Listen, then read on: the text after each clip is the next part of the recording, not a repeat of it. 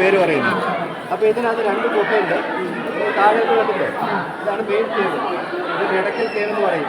Edakkal cave എന്ന് പറയുമ്പോൾ ഇടയിലേക്കല്ല Edakkal cave എന്ന പേര് വന്നതാണ്. അപ്പോൾ ഇതൊക്കെ ഉണ്ടാകുന്നത് വളരെ വർഷങ്ങൾക്ക് മുമ്പ് ഒരു ഭൂകമ്പത്തിൽ ഈ ഒരു പാറ 2ആയി പിളർന്നു മാറി ഉണ്ടായ ഗുഹയാണ്. അതിൻ്റെ ഷേപ്പ് നോക്കിക്കഴിഞ്ഞാൽ മനസ്സിലാവുന്നു. അതിനുശേഷം മേലെ ഒരു കല്ല് വന്ന് വീണ് തന്നെ എടക്കലിന് പേര് വന്നു. അപ്പോൾ അതിനുശേഷം BC 4000 മുതൽ ഇവിടെ ആളുകൾ താമസിച്ചു വന്നു. അവർ കല്ലിൻ്റെ ടൂൾസ് വെച്ചാണ് ചിത്രങ്ങൾ വരച്ചത്. ഈ ചിത്രങ്ങൾ കാണിച്ചു തരാം. ഒരു ഗോത്രത്തലവൻ്റെ ചിത്രമാണ്. അതുകൊണ്ടാ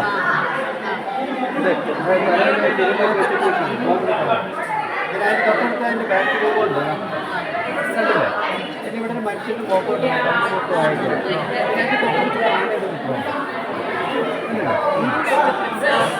അപ്പോൾ അവിടെ ഒരു മനുഷ്യൻ്റെ മുഖമാണത്. ഇവിടെ ഗോത്രത്തലവനാണ്. പിന്നെ ഇവിടെ സ്ത്രീരൂപം കണ്ടോ, അത് കിരീടം വെച്ചിട്ട് തൊട്ടിട്ട്. പിന്നെ അവിടെ ഒരു മയിലിൻ്റെ ചിത്രം കാണാം മേലെ.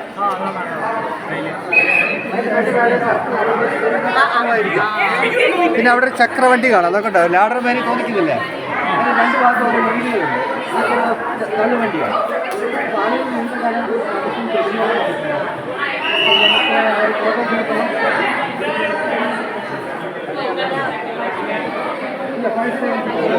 ഇതൊക്കെ നവീന ശിലായുഗത്തിലെ ആളുകൾ വരച്ചിട്ട്. ഇനി അവിടെ ഒരു ചിത്രം കാണിച്ചത് എങ്ങോട്ട് വരും ഉണ്ടല്ലേ, ഒരു പുരുഷൻ അമ്പും പിന്നെ നിർമ്മിക്കുന്ന ചിത്രമാണത്. ഇതൊക്കെ ഒരു 3000 വർഷം പഴക്കമാണ് ഇത് പറയുന്നത്. പിന്നെ അതിൻ്റെ അപ്പുറത്ത് നമുക്ക് പുരുഷൻ. പിന്നെ അപ്പുറത്ത് നമുക്ക് തമിഴ് ബ്രാഹ്മണ സ്ക്രിപ്റ്റ് ഉണ്ട്, കാണിച്ചു തരാം. ഇങ്ങോട്ട് വരും. ഫോട്ടോ എടുക്കണം.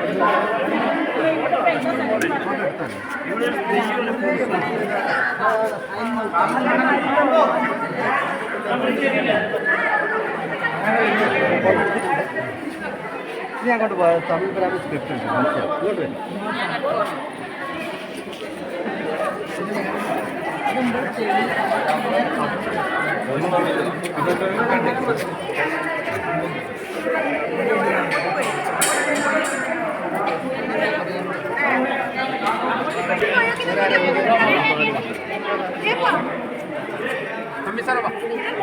ഇവിടെ നമുക്കൊരു സ്ക്രിപ്റ്റ് ഉണ്ട് കേട്ടോ, തമിഴ് ബ്രാൻഡിൽ.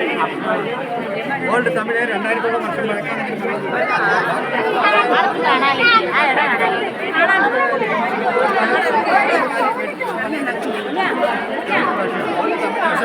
അതിൻ്റെ അർത്ഥം പറയുന്നത് താമസിക്കുമെന്നാണ് പറയാം. വിവിധ കാലഘട്ടത്തിൽ ഗോത്ര സമൂഹങ്ങൾ വിവിധ കാലഘട്ടത്തിൽ വന്ന് താമസിക്കുന്ന സ്ഥലമാണ് എടക്കൽ ഗുഹ. പിന്നെ നമ്മുടെ നാട്ടിൽ കാണുന്ന തെയ്യക്കോലങ്ങളുണ്ട്. തെയ്യക്കോല ചിത്രം അതുമാതിരി.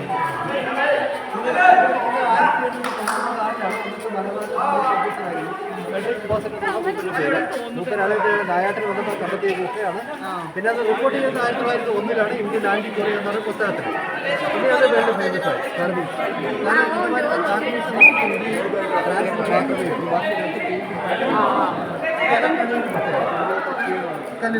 കല്ലിൻ്റെ ടൂൾസ് വെച്ച് കല്ലിൽ വരച്ചുണ്ടാക്കിയ ചിത്രങ്ങൾ. ഓക്കെ, എന്നായിരുന്നു. അപ്പോൾ ഇതാണ് ഇവിടുത്തെ ചരിത്രം. ആളുകൾ താമസിക്കുന്ന തെളിവാണ് ചിത്രങ്ങളൊക്കെ 6000 വർഷങ്ങൾക്ക് മുമ്പ്.